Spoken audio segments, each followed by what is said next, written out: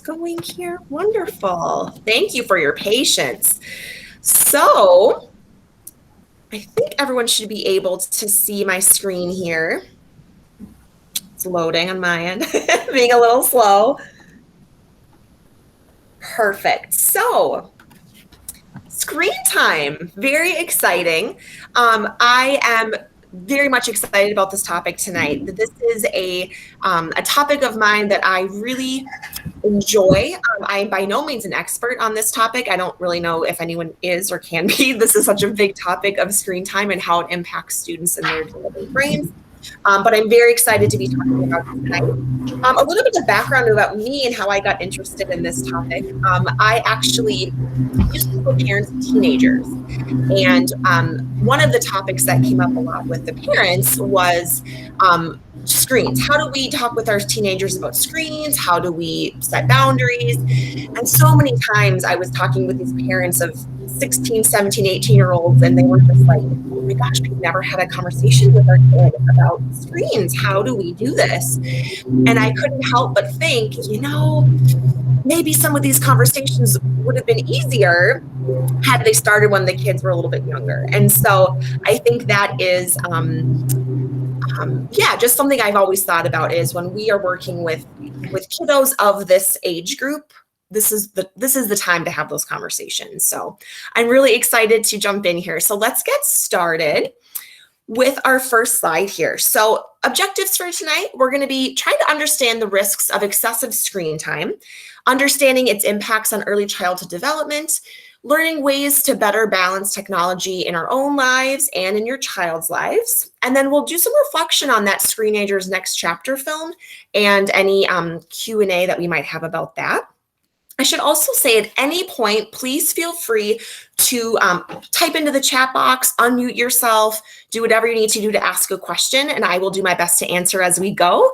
And then at the end, we will have some time for open Q&A as well. So feel free to jump in at any time. I'm happy to answer questions as we talk. So like I said, why are we talking about this now? What is so special about this early childhood age group? So for example, you might be thinking, well, my child's 4, we don't really use many devices. They get maybe just a few minutes of screen time a day. So why should I care? What's the big deal? So we know that children are exposed to devices, screens, and media daily and have more exposure than ever before, especially this year during COVID. We know that kids have had tons more exposure than we might feel comfortable with. Our children are living in very tech-driven worlds. And it's all around them, right? That's going to be kind of what they grow up in, is this media and technology world. So setting rules and boundaries now will really make those boundaries normal and expected when they're older. Starting it now builds that foundation for really strong communication around screen time and social media and device use. So thinking about that starting now as we get older. So as we jump in here and start thinking about it, I'd like you just to think about what role technology plays in your household right now. Feel free to type in the chat box if you want to add any thoughts, if you want to unmute yourself and share some thoughts. What role does technology play in your house? Or maybe if you're a teacher, what role does it play in your classroom? And just be thinking about that as we kind of continue on here with the next few slides. I also want to have a quick caveat here. I really, really want to emphasize this. Due to COVID, we are all using screens way more than we might be used to or be comfortable with, right? You might be like, oh, before COVID, I had a really good routine with screens. I never had my email or iPad open at bedtime and everything was good. My kids had a good boundary, and now it's just messed up because we're all on screens for everything now. So I really want to give you and your family permission to use screens when you need to. Many times I've been to screen time presentations where it's sort of like, oh, how dare you use screens? They're going to ruin your child's life. And that's not the case. It's really about a balance, and we'll talk about that tonight. But I just want to give you permission to let it be okay, especially this year, to do what works best for your family. We've really had to rewrite a lot of the rules around screen time to make it work for us. So I hope that helps you feel a little bit better, that if you're using screens more than you might be comfortable with, it's okay. We're all in it together. So to get started, I want to show this video. I really love this video. I think it's a great overview of what we'll be talking about tonight, about how screens might be affecting your child's brain development. This is from NBC, yes, NBC News, and they have a little short series, and so this is a great video. So let me know if you can't hear it. I'll make sure my volume's nice and high here, and we'll start with this. Oh, maybe not. Is it going to work? Let's see. Uh-oh. Let me try one more time. There we go. 98% of American homes with children now have an electronic mobile device. And on average, kids 8 and under spend more than 2 hours a day looking at a screen. Is that too much? Or could there actually be developmental benefits to screen time? This is Your Brain On, where we explore how the world affects our brains and ourselves. Young brains need a lot of external stimuli to develop, particularly from birth to age 3, what's known as the critical period. It's during this time that children's neurons are making connections for fundamental skills such as vision, hearing, and language. But these needs are based on centuries of human evolution, which used to have nothing to do with screens. Consider a child watching a video instead of listening to parents read a book. It's a far different experience for the brain. Rather than kids learning to focus and imagine a story, the device presents everything to them, so certain cognitive systems become underdeveloped. And when children spend too much time in front of a screen rather than interacting with people, they can have stunted development of the frontal lobe, part of the brain that decodes social interactions. It can become more difficult to develop empathy or learn social cues like facial expressions. What's more, the stimuli from a screen can be a lot. Colors, sounds, stories, all at a super fast pace. That can be sensory overload, releasing stress hormones such as cortisol. It can also overactivate the brain's reward systems, like the addictive hormone dopamine, getting kids used to immediate gratification they wouldn't get in the real world. So most scientists and doctors agree that screen time can alter young, still-forming brains, but in some ways, that change can be positive. Take the results of one recent study that exposed young mice 6 hours daily to audiovisual stimuli similar to those found in a video game. After 10 days, the mice showed signs of hyperactivity, impaired learning, and risk-taking. But the mice also stayed calm in an environment that usually would have stressed them out. Some scientists now argue screen time can help prepare a child's brain for our increasingly fast-paced, high-stimulus world. So, screen time isn't always bad, and it isn't all created equal either. An educational letter matching game isn't the same as a violent movie. As with many things, the key is moderation. Limiting daily screen time and making sure the child can function in all of modern life, not only with screens, but in the real world too. Okay. Any quick reflections on that video? Oh, there's an echo. Sorry, Sue. Thank you for letting me know. Not sure what that's about, but technology has not been my friend tonight, so it might be a weird thing tonight. Sorry. There's a few more videos coming, so hopefully we'll see what happens there. Any comments? Feel free to unmute, or if you want to type into the chat box, anything that resonated with you or stood out to you about that quick little clip about screen time in the brain.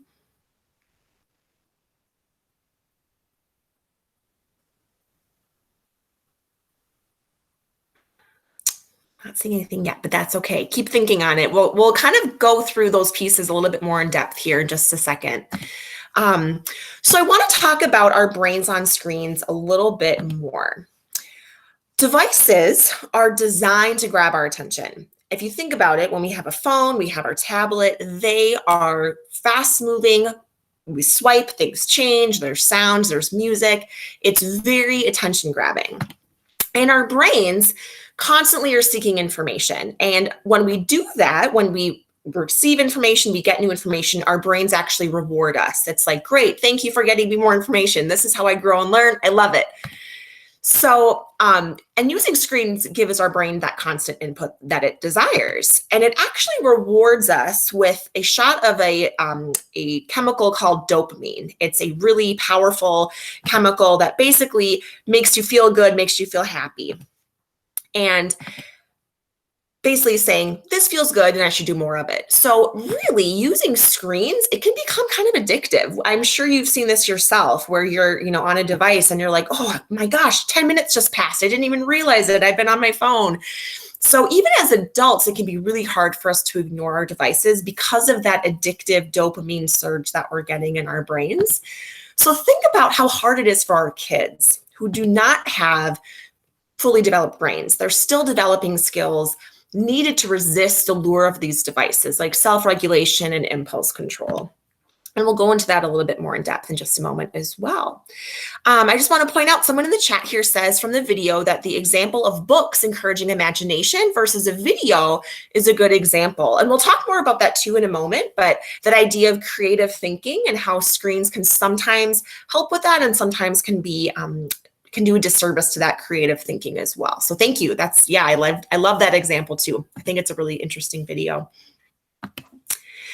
So what is the research really saying about screens? Quite a few years ago, maybe, not even, I guess maybe 1 to 5 years ago, there wasn't really a lot of research out there that explicitly said, this is what screens are doing to our brains. It was sort of like, well, we don't really know. More research should be done. We're not totally sure what's happening. But now there is research coming out to show very clearly the impact that screens can have on the brain. So here's just a few little snapshots of that. One study showed that more screen time actually showed lower levels of brain white matter, which is the key to development of language, literacy, and cognitive skills. Using screens that emit that blue light, using those before bed interferes with sleep. This is a very common knowledge now. A lot of doctors are recognizing this as well. And we know that sleep affects mood and behavior. So when we think about ourselves and our kids, if there's too much screens, especially before bed, that can really interfere with our sleep. More screen time has also been shown to lead to fewer fine motor skills. We'll talk about that more in depth as well. And more screen time has shown poorer performance on developmental screening tests, which is really interesting. We do early childhood screenings here at Centennial as well. And it's interesting to see that some of those screenings, kids have done more poorly on them than they might if they are not using screens as often. So just some good research there. I think that's somewhat more relevant. I know these are back from 2019, but still very relevant. So let's go into depth a little bit more into what these different topics are. So screen time impacts on self-regulation. So first of all, what is self-regulation? I think we hear that a lot and it's sometimes hard to totally define it. So there's cognitive self-regulation, which is focusing our attention and thoughts, really using our brains and minds to focus in on our task. Emotional self-regulation, which is staying calm, recovering when upset, using some self-soothing techniques. And physiological self-regulation, which is managing our behaviors and our actions. So research has shown that too much screen time leads to overstimulation of the brain. So it's really hard for us to focus our attention and thoughts. It's harder for us to stay calm, to self-soothe, to manage those big behaviors we might have. And oftentimes what we're seeing with kids, and sometimes with adults, I know I've done this, is relying on devices to self-soothe or to manage behaviors. So you might notice this if you have young kids or if you're a teacher, you might notice that kids are having a hard time just calming their bodies down and might need some sort of device. Like, I need my tablet, I need to watch my show, I want to play my game. And so that's showing that they're having a hard time regulating themselves and they're relying on that device to help them do it. So one of this, actually, let me see if this quote here, there we go. I really like this quote. This is a quote from a occupational therapy assistant. Tantrums or meltdowns with transitions away from devices can be the red flag that your child is struggling to regulate their sensory system. So if you're seeing some really big tantrums when you are leading your kids away from their screens, when you're saying, yep, it's time to move on to the next activity, and they just have an epic meltdown, that might be a sign that they are having a hard time regulating themselves, and that device is maybe playing a bigger role than we might have thought it was or might want it to be playing. So just something to keep in mind. Something for you to think about is, how are you using devices to regulate behavior, whether it's your own or maybe for your children as well. If you're finding that you're constantly sort of giving your child a device to sort of calm them down or stop the tantrum, that might be a sign that we need some other strategies to try to help them self-regulate without needing to rely on that device. Another thing that we're seeing is screen time impacts on patience and impulsivity. So as we know, devices provide immediate gratification, right? I think about this all the time when I'm watching, YouTube videos. You can click whatever video you want. You can skip ads. Commercials are no longer a thing we have to worry about, right? It's this constant immediate gratification. This actually can delay the development of those wait time skills. So if you think about it, life has no on or off switch or skip feature, right? We can't just turn it off or skip to the next life event when we're bored or we don't like what's happening. We have to persevere and hang in there, right? We might be really bored sitting and waiting for something, but we have to. That's part of life. And we're noticing, especially in our preschool programs, kids are having a really hard time being patient. That wait time has really been difficult. If you think about it as well, binging on TV or YouTube or Netflix or whatever your vice is, there's no wait time, right? You can sit there on your couch and Netflix will just play and play and play and play until I think after like 6 episodes, they're like, are you okay? You want to keep playing? You need a break? What's going on? So even for us as adults, it's really hard for us to even be patient with that. Like we just want the next thing to come.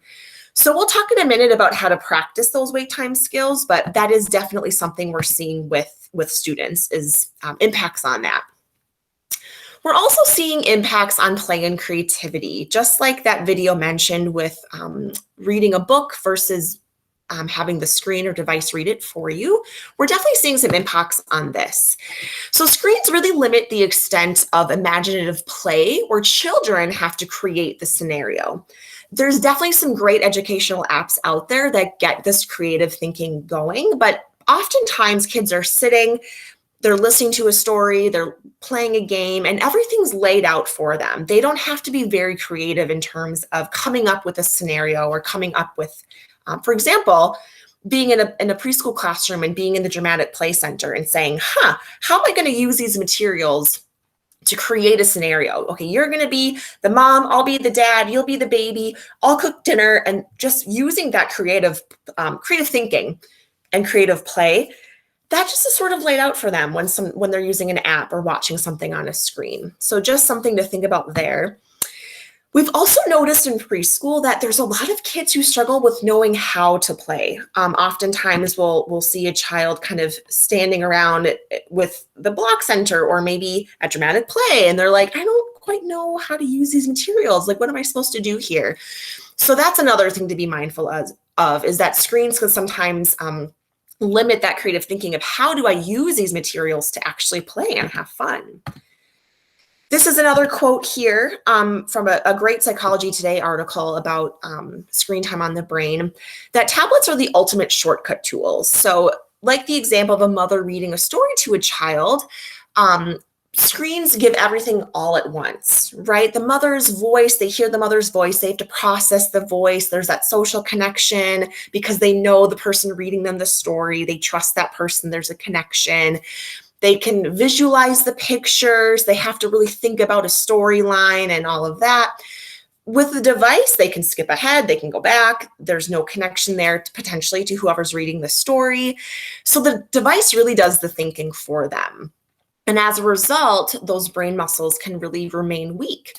So not saying that we have to completely eliminate all of those like stories and apps on devices and say no more, but just really making sure that we have a balance there when we're using those devices for play and creativity. Another impact is impacts on social skills. So this is another area that we're seeing. We are social animals who thrive on face-to-face interactions. We really need that face-to-face time to grow those skills and to really learn how to interact with one another. The frontal lobe in the brain is the part of the brain that's responsible for decoding and comprehending social interactions. And most of that development happens in early childhood. That is a time of extreme growth in that frontal lobe of the brain. But devices actually inhibit the ability to detect and respond to those verbal cues, the body language, eye contact, emotions, all of those things that are needed for successful social interactions.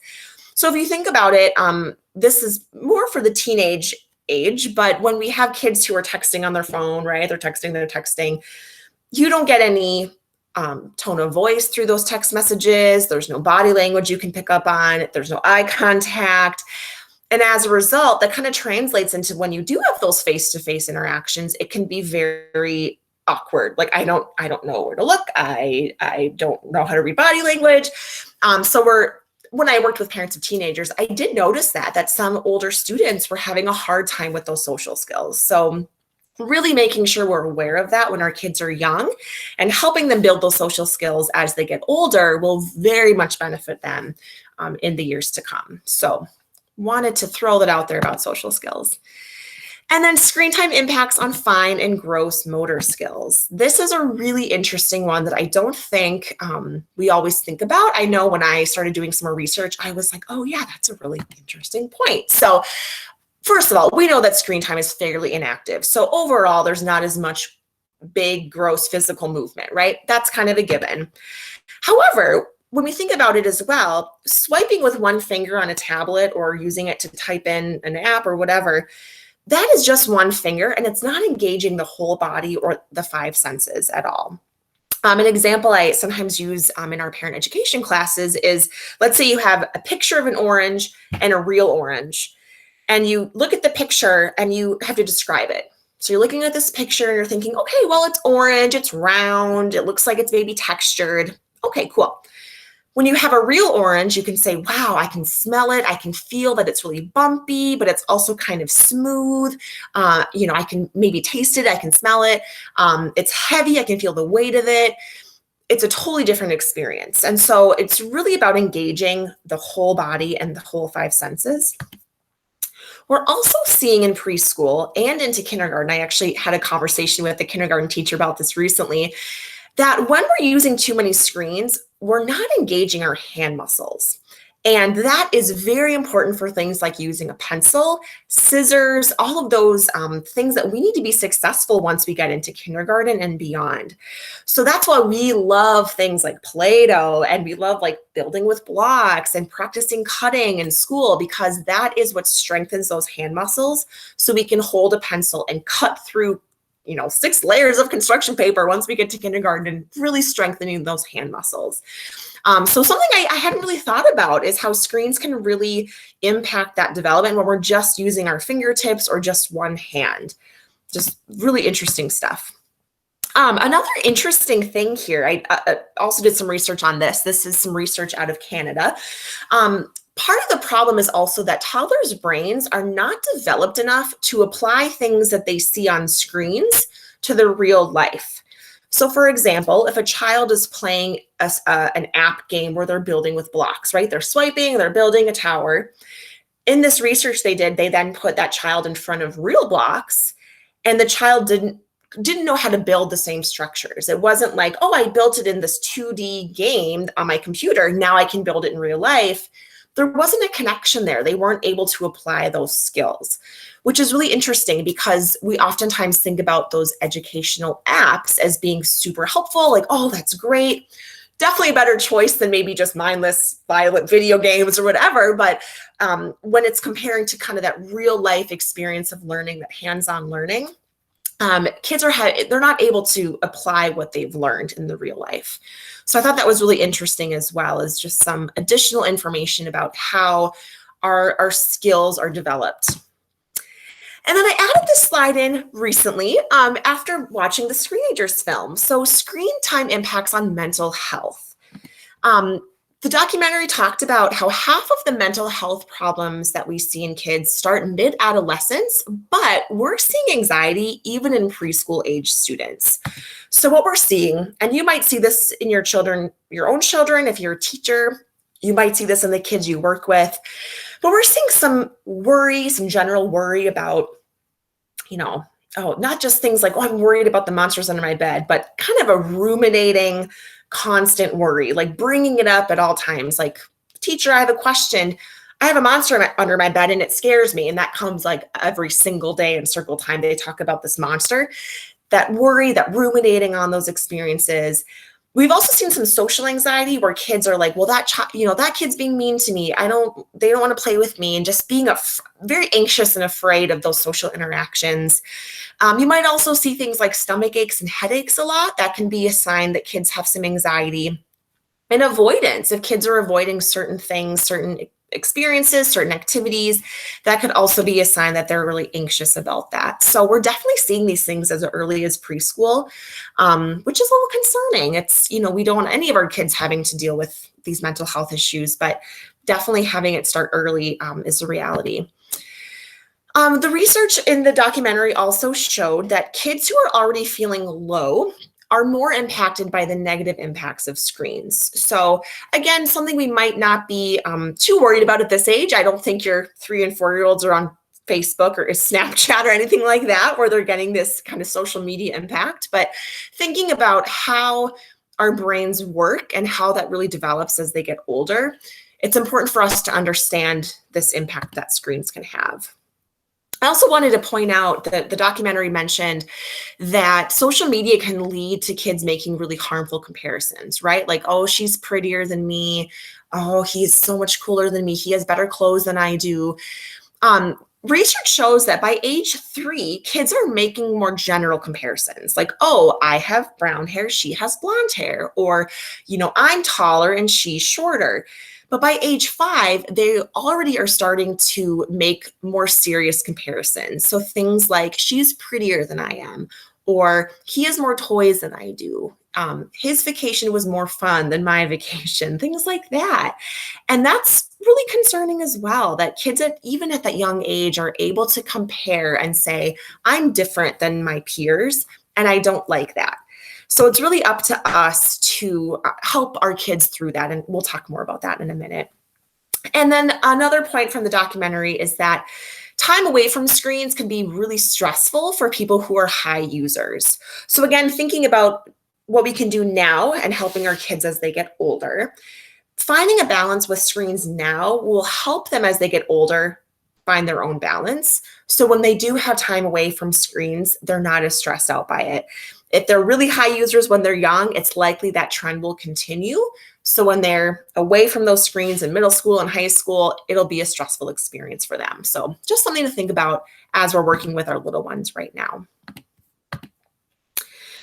So the question then is, well, what about educational technology? I have a tablet and they have very specific apps on there that are engaging and help them with their letter writing. And now are you telling me that I have to get rid of all those apps?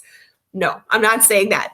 Educational technology is fine as long as it has the same criteria as a preschool teacher. According to research, things or apps and devices that are warm and engaging, that are repetitive, so they repeat the same kinds of things over and over again.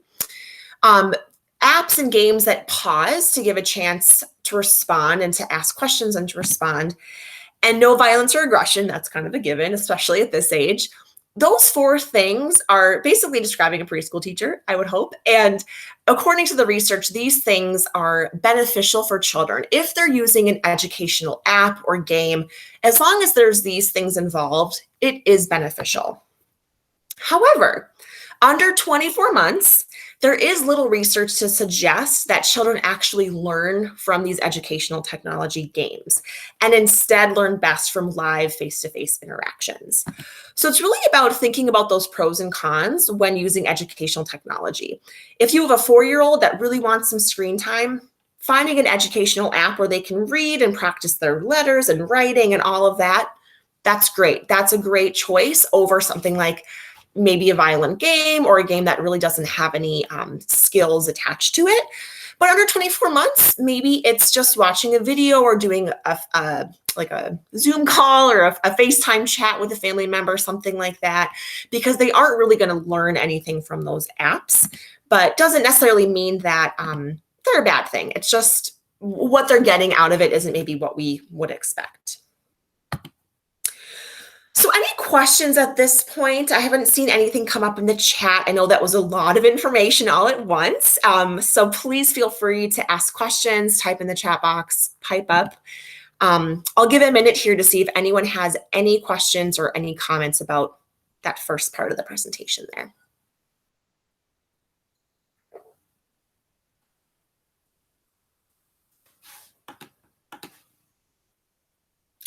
Okay, nothing yet, and that's okay.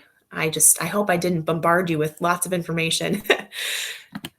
So you might be thinking, okay, now what, right? Like, now what can I do? That was a lot of information. Like, okay, we know screens have an impact, but what do I do about it, right? My kid's already obsessed with the screens. What do we do? Let's talk about it. So it's really all about balance. I love this quote from Dr. David Walsh and his daughter, Erin Walsh. Local Minnesotans, they started the Mind Positive Parenting and Spark and Stitch Institute. This is a quote from 2012, and it still rings true today. Digital technologies aren't inherently good or bad, they're powerful. And it's our job as parents, as educators, to help kids harness that power and use it in positive ways. So not saying that all technology is bad, all screen time is bad, social media is bad. There's really good things about it as well. We just have to really work on finding that balance. And like I said at the beginning, this year it was a lot harder to find that balance, especially with COVID. So these are just some examples moving forward. And if you're like, wow, I haven't done any of these things, I'm the worst, please give yourself permission to feel okay. This year was really, really challenging for all of us to find this balance with screens. So one thing to be thinking about as we're thinking how kids use their devices is, why are kids using screens? And there's three kind of main reasons they might be using a device. Number one is content. So information gathering, entertainment, right? Using the educational apps, watching a video. They also might be creating. So for some of our older kiddos, they might be playing games like Minecraft or Roblox. Our teens might be getting into social media and making posts, using more platforms to create content. And then to collaborate. So obviously right now we're collaborating on a screen. We're using this as a social connection. We're using it to team up, to learn from each other. This is another way. FaceTime, Zoom calls, Google Meets, all a great way to connect, especially in this digital age. So the question is then, what do our children need? And why are they turning to screens to meet this need? So if your child is going to screens because they want content, right? They are really interested in learning about animals or a tiger. They love tigers. They want to learn about tigers, and they're going to YouTube or to whatever websites to learn. Are there other ways we can help them meet these needs away from screens?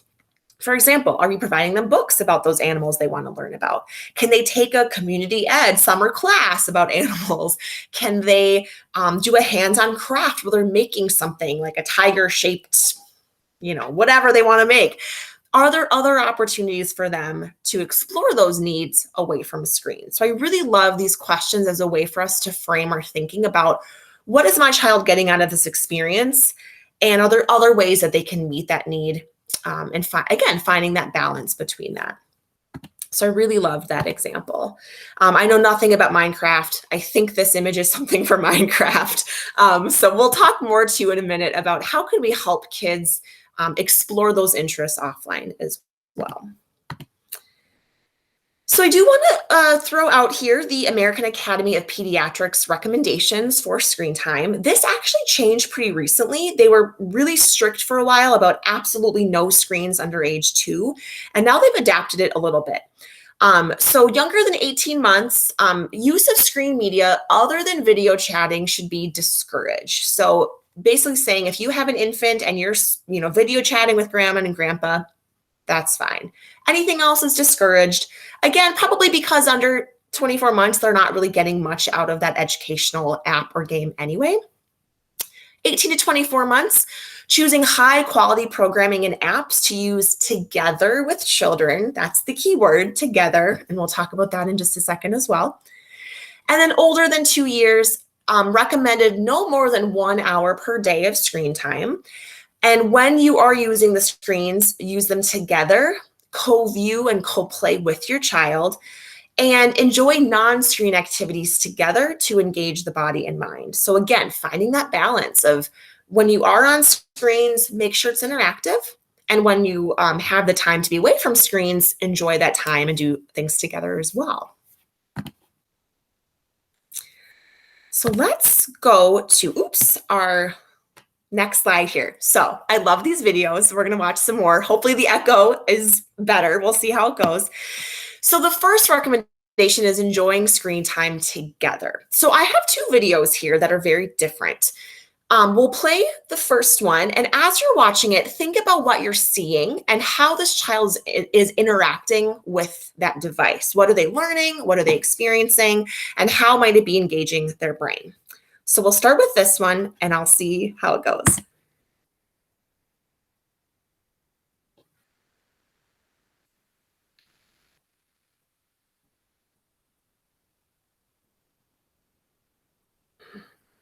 It's loading. So suspenseful. There we go.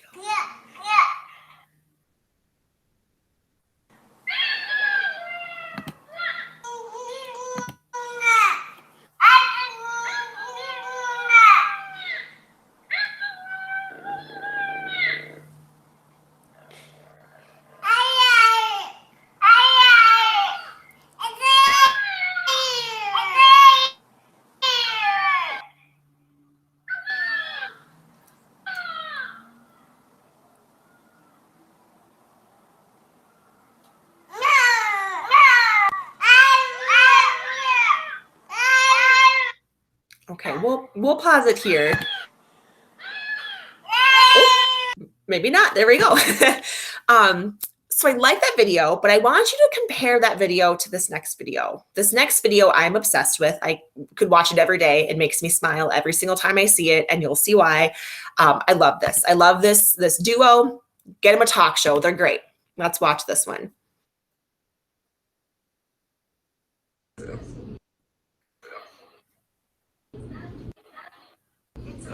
They need to work on that, right?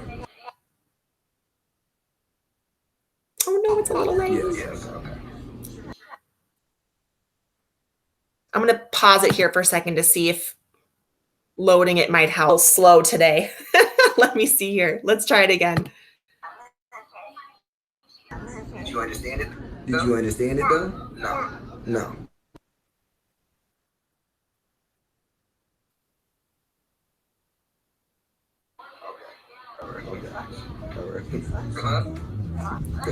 Oh, not this one. This one. Not this one. This one. Yeah, that's the last one. Yeah, that's the last one. That's what I was wondering. I don't know what they're gonna do next season. That's what I was wondering. I don't know what they're gonna do next season because they did some stuff this time. Exactly what I was thinking. Exactly what I was thinking. Oh yeah, yeah. Oh yeah. Right. Don't bring that. Right. Don't bring that. You know what I'm saying? Don't. You know what I'm saying? Don't do things. You know what I'm saying? Yeah. That's what I'm saying. Yeah.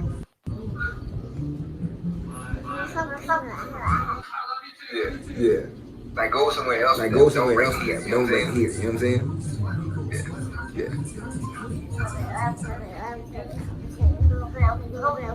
That's what I said. That's what I said. They did. You know what I'm saying? You know what I'm saying? What in the world? Don't do it here. You know what I'm saying? Yeah. Yeah. Really? I thought the same thing. We think a lot alike, huh? Oh, that's crazy. That's crazy. Right. Oh my goodness. I might have just clicked replay. There we go. I love that video. It's the cutest thing ever. So any initial reactions about the first video versus the second video and that amount of interaction? Feel free to unmute or type in the chat box or just reflect, whatever works for you.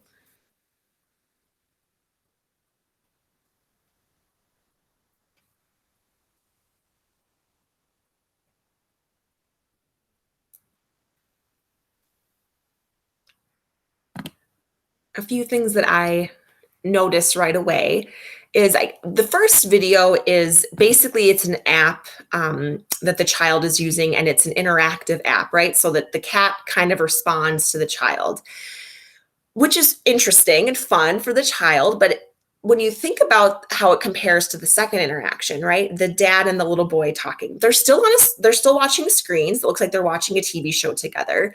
The baby is interacting, but the father is saying things back to him, is picking up on his cues. The baby kind of laughs and the dad laughs and they have a little chat. And even though the baby can't use his words and the dad has no clue what the baby's trying to say, they're still engaging in that social interaction, that talking, that sharing that experience. Whereas the baby, this cat is just sort of making funny noises back at him. And you can tell the baby's just kind of staring at it like, how is this working? This is pretty cool, but I don't quite know what's happening here. So that's, I think, a really great example of there's these cool apps out there that kids enjoy. This cat is this talking cat that's really cute, but what a beautiful interaction between a father and a son. Even though they're on screens together, they're doing something that involves technology, they're still having a discussion. They're still enjoying it together. So that is the first recommendation, is when you are, when your child or your students or whoever you're with is using screens, have a conversation together, enjoy the experience together, ask questions. For example, that little boy, you might say, oh, so what did you think about that? Or what just happened? Did you see that? What's your favorite character? What was your favorite part about that?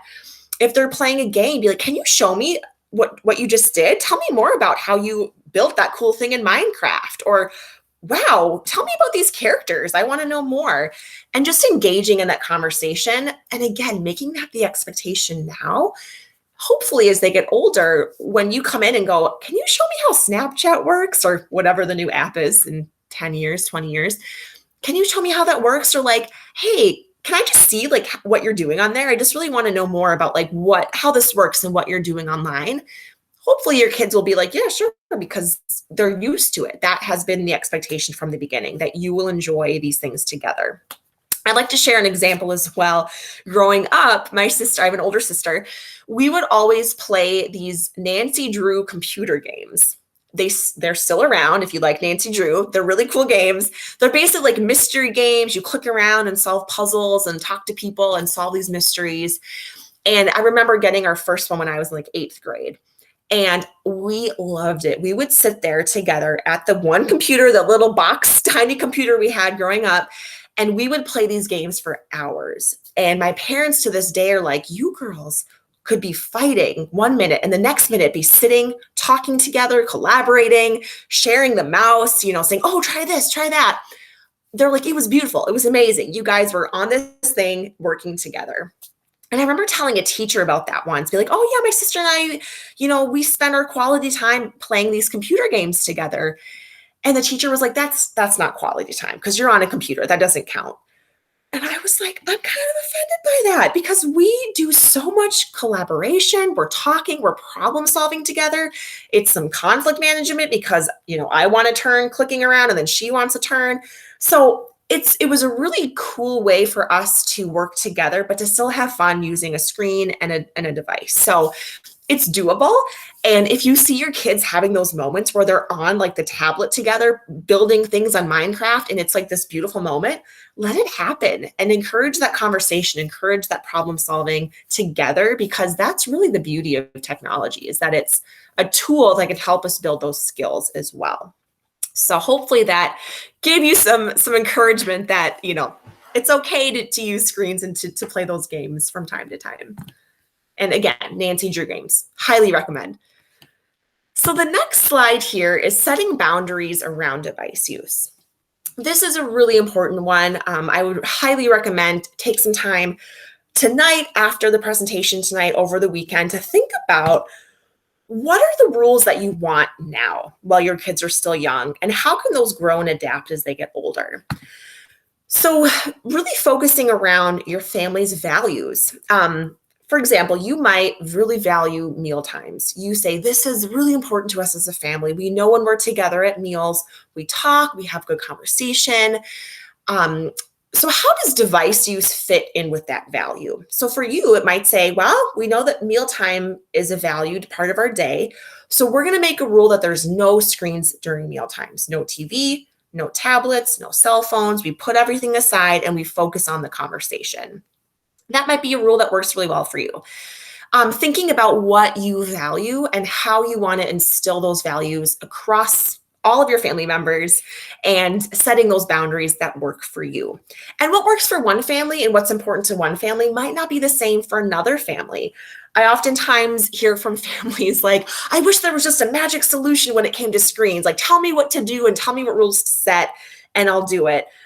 And I wish it was that simple, but it's really not. We have to figure out what works for our family and what rules that we want to set for each of us. As kids get older, it will be easier to develop those rules together. So you might not ask your 2-year-old, well, how much screen time do you want in a day, right? They might not have the best answer for that.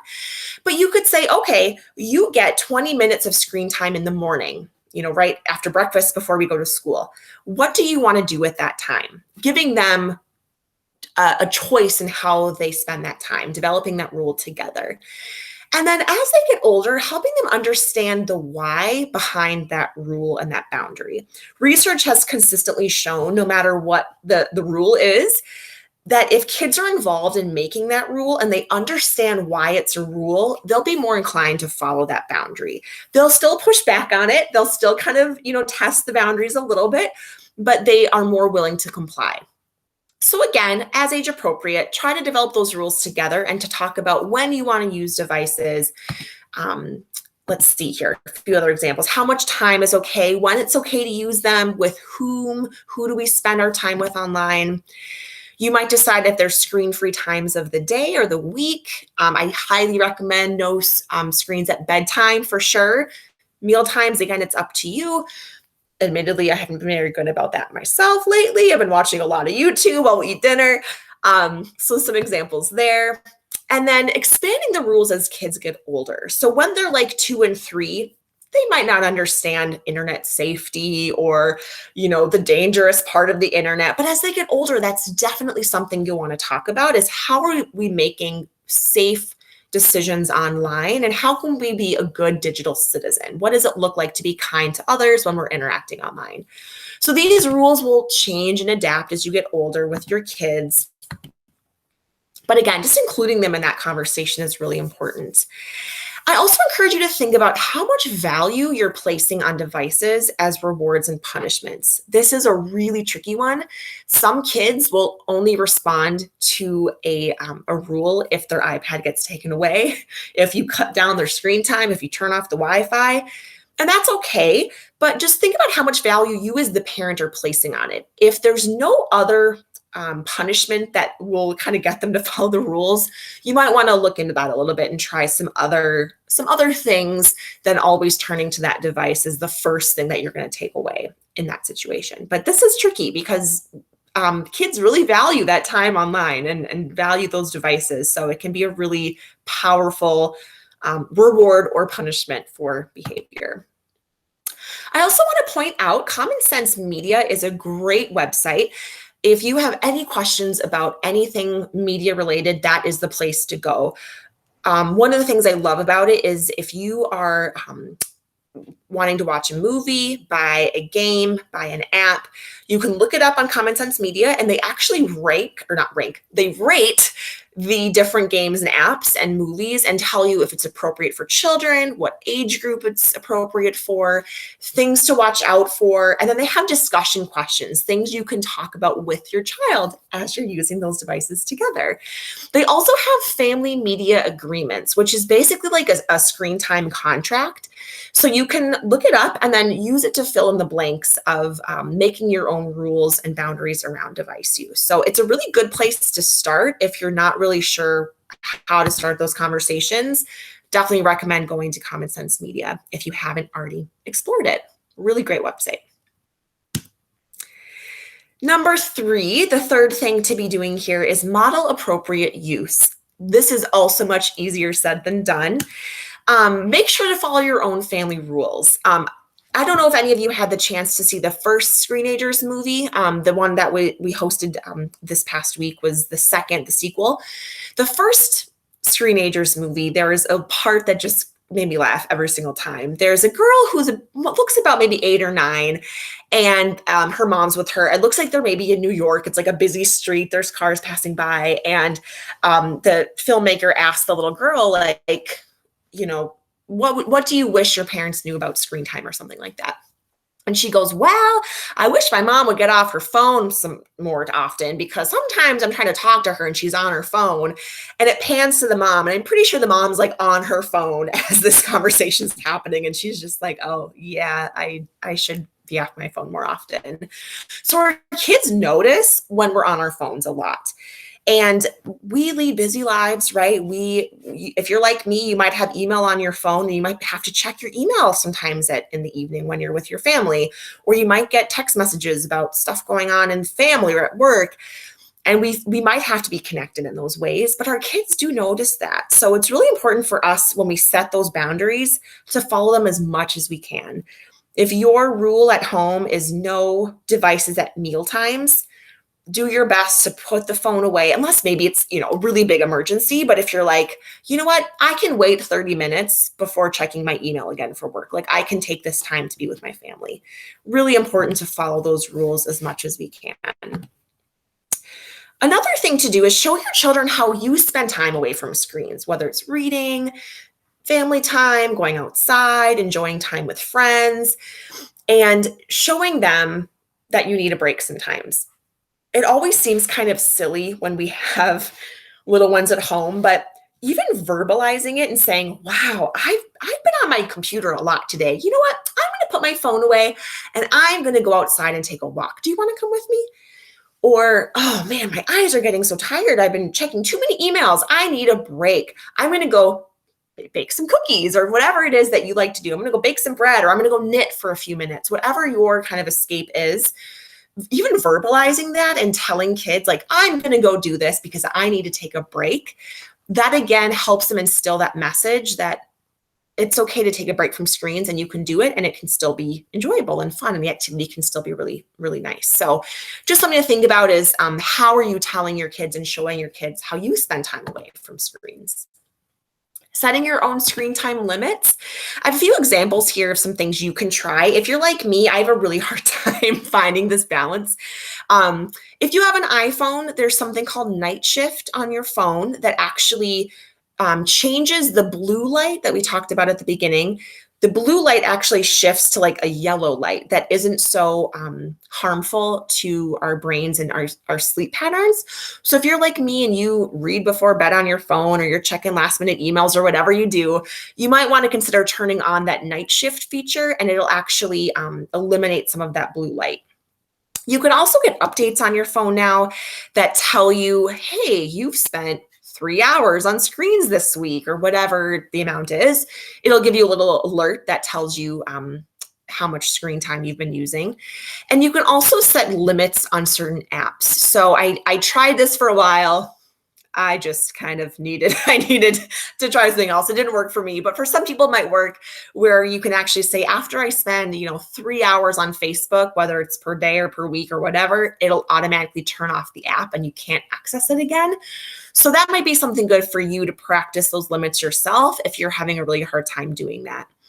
And then the last thing is the do not disturb. This is a great thing, especially for nighttime and while driving, especially while driving. Basically, it'll send a message to anyone trying to text you saying, hey, I'm not available right now, I'm driving. And then they'll get that text message, so you don't feel this anxiety of I have to respond. They'll know that you can't get to your phone right away. And it's really helped cut back on texting and driving since they've released that feature. So I highly recommend you checking it out if you're someone who is tempted to check your phone while driving, or if you just want to kind of cut things off at night and need some quiet time before bed. You could also create a charging station away from the bedrooms to drop all devices during those sacred times, the mealtime, the bedtime. Maybe everyone gets their own plug, you plug it in, you put it in the charging station, and you step away. And that way all the devices stay in one place. Again, easier said than done. Once kids get older, it's, they get a little sneaky. They might sneak down to the charging station and get their phone. But even having that set up is a reminder for everyone in the family. That's where the devices go, and we're going to do our best to meet those expectations. Avoid having the TV on in the background at all times. Research has actually shown that when there's even just a television on mute going on in the background, even infants can get very distracted by that. So if you do need some background music or you need something kind of in the background, just try playing some music. The TV can be really distracting because it's that constant changing and lots of lights and different visual stimulation. Music might be a better choice if you just need something kind of in the background. Again, no device use while driving. I always like to remind people of that. It sets a great example for our kids. And get a real alarm clock. If you're someone where using your phone as your alarm clock has become a struggle because your phone's always there, go ahead and get a real alarm clock. They still sell them. I saw one at the store the other day. Put that phone away if you need to, and you can use just a regular alarm clock if you're like me and you're like always tempted to reach for that device. So just a few examples of things you can do to set those boundaries for yourself.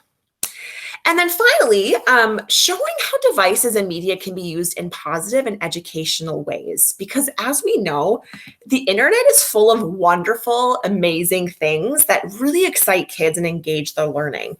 I know a few teachers here at Centennial Preschool have told me that they'll be in the middle of a lesson and a child might say, "What's the difference between a tiger and a jaguar?"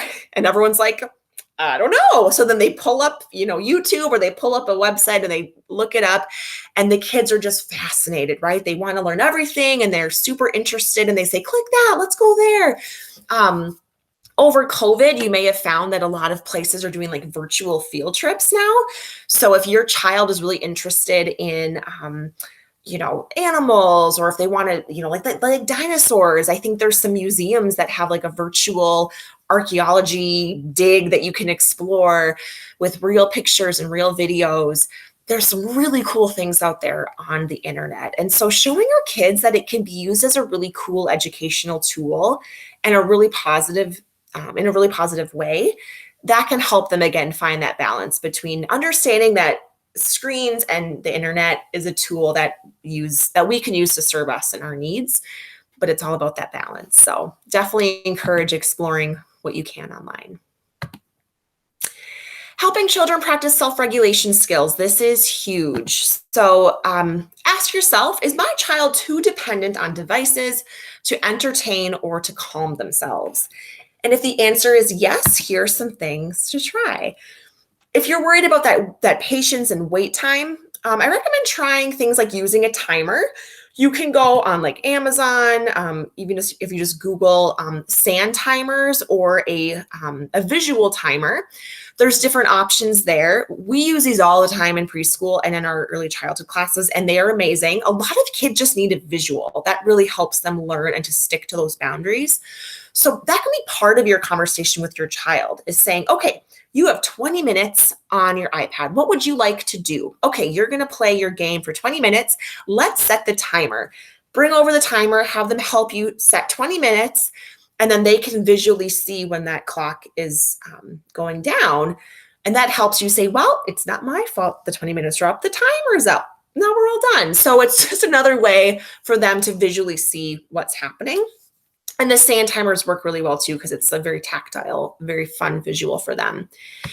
You can also do things like games like freeze and red light, green light, helping them hold their bodies and practice waiting. Like, you have to wait until I say green light. Little things like that. It's a playful way for them to practice those wait time skills in a non-stressful way. And non-stressful for you because you're not trying to make them wait while you're, in the checkout line at Target or something. It's like, we're just going to play a quick game of freeze tag, and that'll help them practice those skills. Set up opportunities for them to wait longer and longer. So, your child might say, "Mom, I need your help tying my shoes." You could say, "Okay, just wait a second. I need to put my shoes on." And then it might say, "Okay, just wait 1 minute. I need to go put the dishes away. I need you to wait 2 minutes, and then I'll come back." And slowly increasing those increments of time that they're waiting. Again, this takes a lot of forethought and a lot of planning. So if you're really struggling with this, I recommend that you take the time to really think about, how are we going to do this in a way that works for our family to really practice these skills. It's not going to happen overnight, but just being mindful about how are we practicing that, because it is a lot easier to just do those things for our kids, right? Like, okay, I'll tie your shoes, let's go. But finding the time to say, okay, I'm going to wait. You need to wait too. and then we'll tie the shoes so we can get going. That helps them practice that wait time as well. Modeling what it looks like to calm your body and take a break. We already talked about taking a break and saying, wow, I'm going to go on a walk, or I'm going to go do something else. But even just calming your body and taking deep breaths and showing your child how to put the screens away and rest your eyes and reinvigorate yourself. Or when you're really upset, right? Like, I'm so angry. Even verbalizing, like, I'm really angry about that. Oh, I'm going to calm myself down. I'm going to go take a few deep breaths and I'm going to take a walk for a little bit. Or, oh, I'm just so angry. Oh, I just need to color. I need to scribble on some paper for a few minutes. And just showing kids, like, it's okay to have those emotions, and how do we express that in appropriate ways. And again, it can kind of seem silly as an adult to be like, oh, I'm so angry, but it does help our children understand, especially at this young age. It helps them process and understand what that looks like. Doing a practice run. So if you're like, okay, my child cannot sit through a dinner, we go to Culver's to get some dinner. They're sitting there. They cannot sit for their meal. They need a device, or it just, all heck breaks loose. Do a practice run. Find a time when you're like ready and prepared to see how it goes, and try a practice run where you don't bring the device. Bring something else to engage them, a book, some coloring sheets. Go to the dollar store and find some things that they can build with whatever it is that they are excited about, and try a quick practice run. Maybe it's a 5-minute shopping trip to Target where you're like, we're going to go in, we're going to get to the back of the store, and we're going to get to the front of the store. And that's all we're going to do. We're not going to do a big, 1-hour shopping spree. Finding those little increments of time to practice time away from screens when they normally would have it to keep themselves busy. Again, it takes some mindful planning, but I encourage you to give it a try if you're really struggling with this. Like I said, it takes free teaching and planning, but hopefully with a little bit of thought about, okay, what are we seeing? What challenges are we having? And what do we want to work on? That can help you frame some of those next steps of what you might want to try at home, or when you're out and about, at school, whatever your situation might be. Giving kids time to have child-directed play is very important. Let them be bored. Another thing with screens, it's so easy to pick up your phone, right? I do this all the time where I'm sitting there and I'm like, I guess I'll check what's going on online, and I'll grab my phone and I'll check things out. I'm sure this has happened to you, because I know it's happened to me, where I'm watching TV and I'm bored by what's happening. So then I'll pull up my phone and I'll be checking something on my phone. And I'm like, why am I doing this? Like, I'm watching the show, and yet I need this other device. And I know that happens to other people. I've talked about this with friends. They're like, why do we do this? This is so weird. So just being bored, having time to let our minds wander is very important, especially in early childhood. So I love this quote. Ray Pica, she is a phenomenal early childhood educator. She has really great resources online if you Google her. So imagination and creativity arise from having time to think, ponder, reflect, and just let the mind go. A child without such time develops only the ability to do what he's told and when he's told to do it. And that child isn't likely to become an adult with initiative. So I love that thought of kids need to be able to make their own choices with their play. And when they're bored, they need time to think about, what am I going to do? How am I going to entertain myself? What am I going to do next? And just think about, get creative, daydream, ponder the world, ponder questions they might have. That's when that really beautiful creativity and imagination blossoms and develops. So let kids be bored. Don't feel like you have to rush in and solve that for them. It's okay to be bored, and kids really need to learn how to be bored. It's really important for them. So kind of related from the Screenagers documentary, I loved the discussion in that film about having conversations with our kids about their emotions and about stress.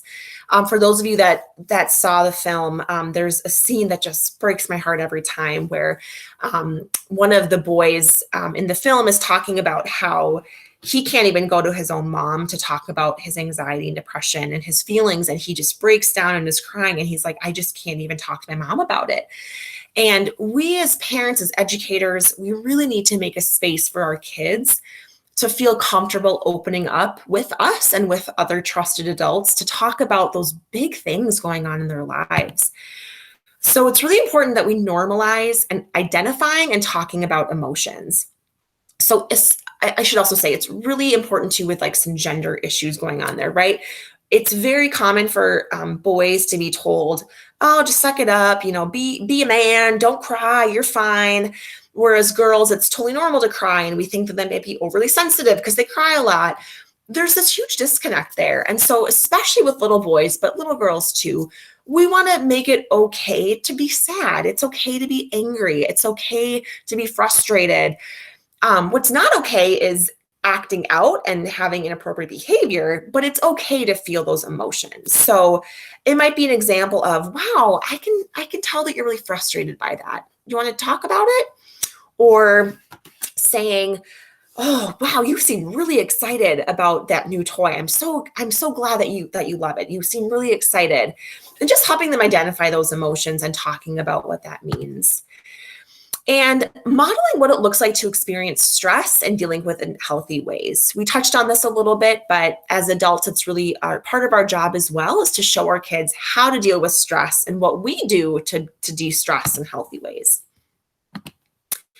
Also validate your child's feelings. I really loved the part in the documentary where they talked about validation, right? Of your child might come to you and say, there was a great scene between the two psychologists, and they were kind of acting out a scene. And one of them said, "Oh, Dad, I came to class late and my teacher just, told me off in front of the whole class." And the dad jumps in and goes, "What do you mean you were late? What? Why were you late? That's not okay." And the daughter's like, "Oh, no, Dad." And then they get into this big fight. Instead, saying, "Oh, Dad, it was so embarrassing." And instead of jumping in and saying, "Well, that's not okay, you can't be late to class," saying, "Yeah, I could see how that would be really embarrassing. But yeah, what was that about? Like, tell me more about that." And digging into that.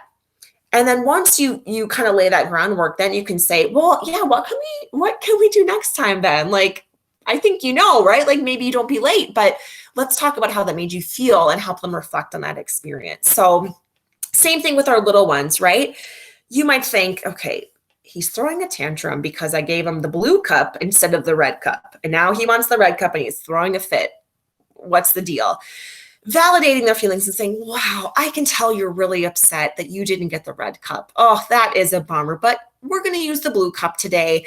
But you can be sad. That's okay." And just validating that and acknowledging that it's okay to be sad, but that doesn't mean that you're going to get the red cup. So again, here's an example. Instead of saying, "It's not a big deal, you're fine," kind of blowing it off, really validating and saying, "I can understand why you feel that way, even if you don't maybe totally understand. And tell me more about that." Instead of, "This is what I would have done." It's really easy for us to jump in and try to fix something, right? Kind of like the dad, "Well, you just shouldn't be late to class. That'll solve the problem." Instead, say, "Tell me more about that. How did that make you feel? What was going on there? Let's talk about that." Rather than jumping in and saying, "Well, let's try to solve this right away." It's really easy for parents to want to do that because we're protective. We want to help our kids. That is in our nature. It makes sense. We want to help our kids, our students. That's our job. But it is also our job to help them problem solve that for themselves too. And then really connecting to your own emotions. I loved the quote in the documentary about avoid joining their dysregulation. How are we triggered when our kids have these big outbursts, right? They have a big tantrum, they have a big emotion. Thinking about how does that trigger us and our response, and avoid going up to their level, right? So if they're screaming and then we start screaming, we're both up here. If they're screaming and we're able to sort of keep ourselves regulated, they will eventually come back down. So we have to be really mindful of how we're triggered and how we're responding and reacting to our kids' big behaviors and those big emotions that they have. I just wanted to go through another example here. I often get asked questions about, how do I deal with the tantrum, right? How does the screen time tantrum get solved? There's no perfect solution here. Again, I wish there was like a magic spell I could say that would just calm kids down after their screen time is over. It's really going to depend on your child and the context and what's going on. All sorts of factors come into play, but here's just like a simple kind of script to think about. when going through those steps with your child. So the first thing is, again, setting that boundary together, saying, you get 20 minutes. What would you like to do? Giving them that choice of, I'm going to set the time limit because I'm the adult and you're maybe 3 and you don't really know how much screen time is appropriate. So I'll set the time. You get to decide what you want to do. Do you want to watch Baby Shark? Do you want to play a game? They get to choose. And then as those 20 minutes are winding down, helping them reconnect with the real world. I was doing some research here on giving a warning, and it was interesting. Some research says, yes, always give a warning, and some says, no, warnings do not help. Very interesting. So the people that say yes advocate that giving your kids like a 5-minute warning and then a 1-minute warning helps prepare them for those transitions. And in preschool, we do this all the time, right? We'll tell the kids, okay, 5 minutes of play, and then we're going to do the cleanup song. Okay, 2 more minutes, and then we're cleaning up, and that helps transition. But there's something about the screen that some researchers are saying that warning time actually can have the opposite effect, where it starts causing a bit of panic mode of suddenly kids are now checked out and are saying, wait, no, I need 5 more minutes. I need 10 more minutes. And it actually doesn't help them transition. So this is something you can try with your own kids. Try giving them a warning, see how that goes. Try not giving a warning and just saying, okay, 20 minutes are up, let's go, and see how they respond. It seems like it's really mixed and divided on what works in what situation. So again, I can't give you a perfect example there, but something to try and to see how your own kids react and respond to that. So helping them reconnect, it might be, as they're playing their game, sitting down next to them and saying, can I see what you're working on? Like, what are you playing there? Tell me about your game. Or, oh, what's happening in the video? And asking them questions, almost like a reminder that I am here, you're sitting in your bedroom or you're sitting on the couch. There's other things going on. Let's kind of reconnect with that. It helps their brains kind of reconnect with the bigger world around them. And then set the boundary. Okay, 20 minutes are up. So they might start freaking out, right? No, I need 5 more minutes. I'm not done. The video's not done yet. This is where you can step in and say, oh, I can see that you're really upset that you have to turn your tablet off. I can understand. It's really hard to turn it off. I know those games are so fun, aren't they? Oh, well, maybe tomorrow we can continue that video, or maybe tomorrow let's, later or whenever, the next screen time chunk is, like, we'll continue that. That's a great idea. Let's do that later. And then helping them transition into the next step. A key thing here is offering choices. So it's saying, oh, I can tell you're so upset that it's time for us to be done with our tablet, but it's time for lunch. Do you want to sit outside or inside today? What would you like to do? And they might still be upset, but we've moved on. The 20 minutes is up. We're not going back. So saying, yep, it's your choice. What would you like to do? Would you like to eat lunch inside or outside today? And the hope is that they will eventually kind of regulate themselves and go, maybe through tearful eyes, okay, I'll sit outside. Great, let's go outside. It's a beautiful day. Let's have lunch outside. Come on, why don't you come help me get our lunch together and we'll bring it outside. And helping them transition to the next exciting part of their day. Really staying firm, avoid joining that dysregulation, and praise their good choices. Don't give in and say, okay, 5 more minutes, because that teaches them that they can make and break those rules. But saying something like, that's a good choice. That's a good choice. Let's go outside. See, I knew you could do it. I knew we could do it. Let's move on, and moving on to the next part of your day. Again, much easier said than done. You can take this and read it off, and it might not work. It might work. It might not. But just thinking about those steps of validating the feelings, setting that boundary, helping them reconnect and transition will hopefully, with practice, will help your child limit those tantrums and calm down. And again, setting those boundaries now and really practicing it when they're young will really help as they get older too. Another thing mentioned in the documentary was this meta moment. So I did find this, and I wanted to share a screenshot, is this meta moment. Something happens in our child's world, stresses them out, helping them sense what's going on in their brains and in their heart and their gut. How are they feeling? stopping and thinking about, what is my best self doing here? Is my best self throwing a tantrum, or is my best self moving on and getting on with the next part of my day? Strategize and using tools. Okay, what can I use to help myself calm down? And then finding the success with that. Again, this is not something you can just quickly do and your kids are going to master it right away. It's going to take practice, but just another tool that might be helpful for you. You can always Google like meta moment and this will pop up. So if you want some more resources and tips on how to introduce this into your child's routine, that's another resource for you right there. Some other ideas here. Making sure that kids are exposed to non-tech toys, things like Legos and Play-Doh and blocks, all those basic toys that we know and love, just making sure kids have time to play with those and explore those manipulatives.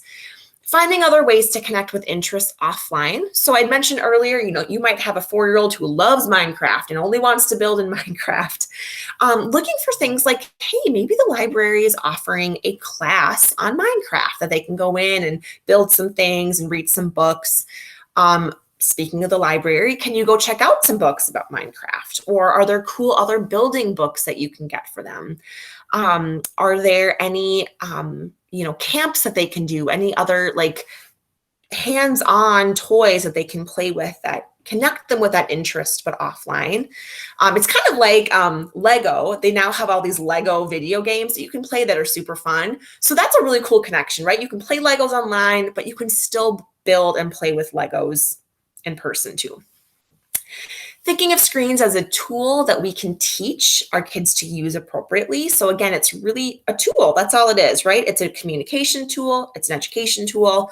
The more that we think about it that way and not make it a big deal, right? Like if we kind of say, oh yeah, that's just my phone or that's just my computer. I use it to help me with work or I use it to help me, check my mail or whatever it is. Not making it a big deal. That teaches our kids that it's just a tool and really nothing more than that. And there's a million alternatives to screen time, right? Nature walk, crafts, building, cooking, dancing, singing, music, movement, all of those things.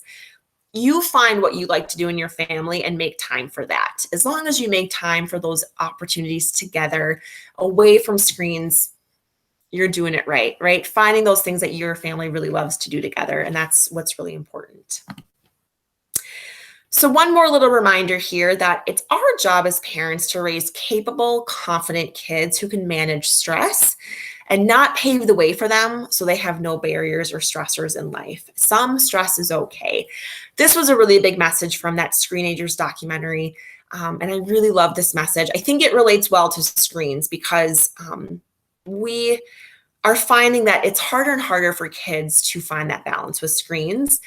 Taking away screens will be challenging. It will cause some stress and it will cause some tantrums and some behaviors, but that's okay. That's how kids learn to navigate those really challenging situations. So it's our job to help our kids navigate that and to find that balance.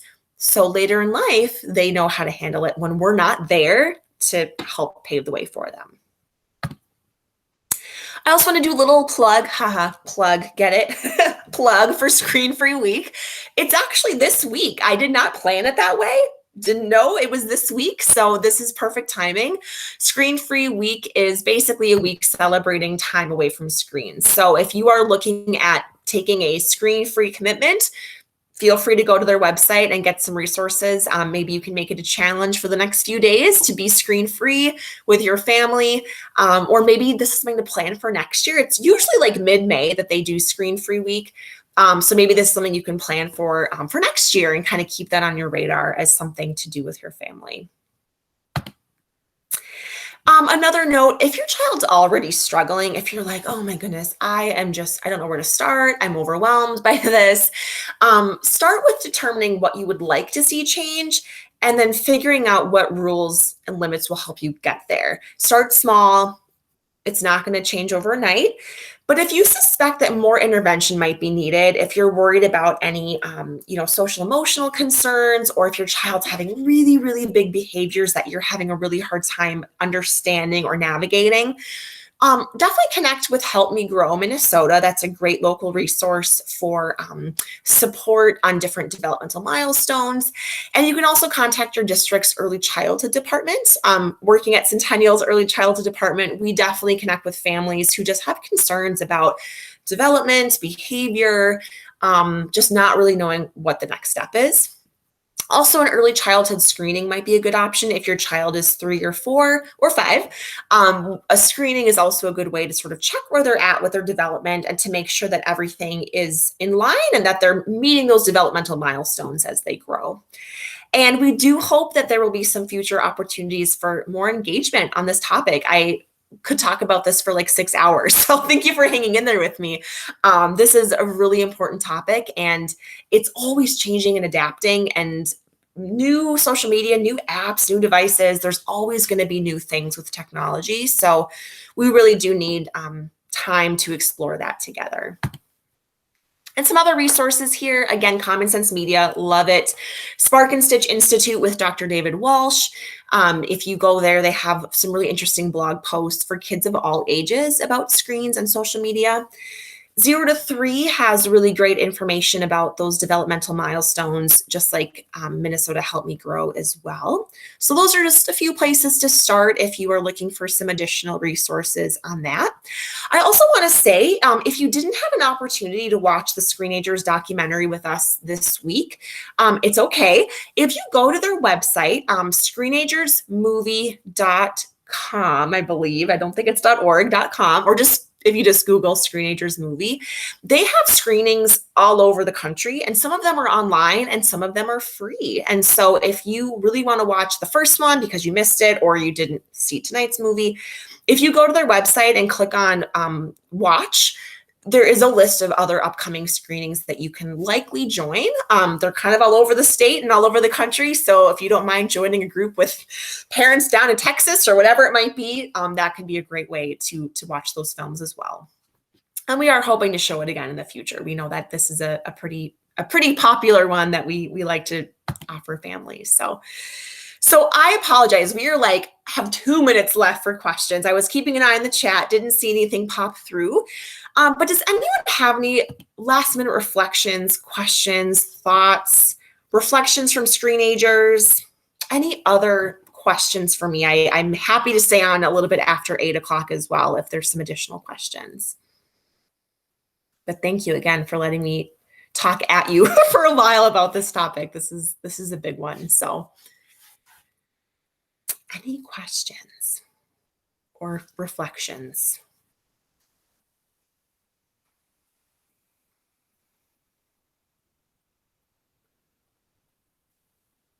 And this is my email up here. So if you do have a question later or need me to share a resource again, feel free to send me an email. Oh, yes. So someone asked, is there a way to get credit for taking this course? Yes. So I have everyone's email. So I would be happy to send out a copy of a education certificate. And I also can send out the recording as well. So we'll probably post this on our YouTube channel.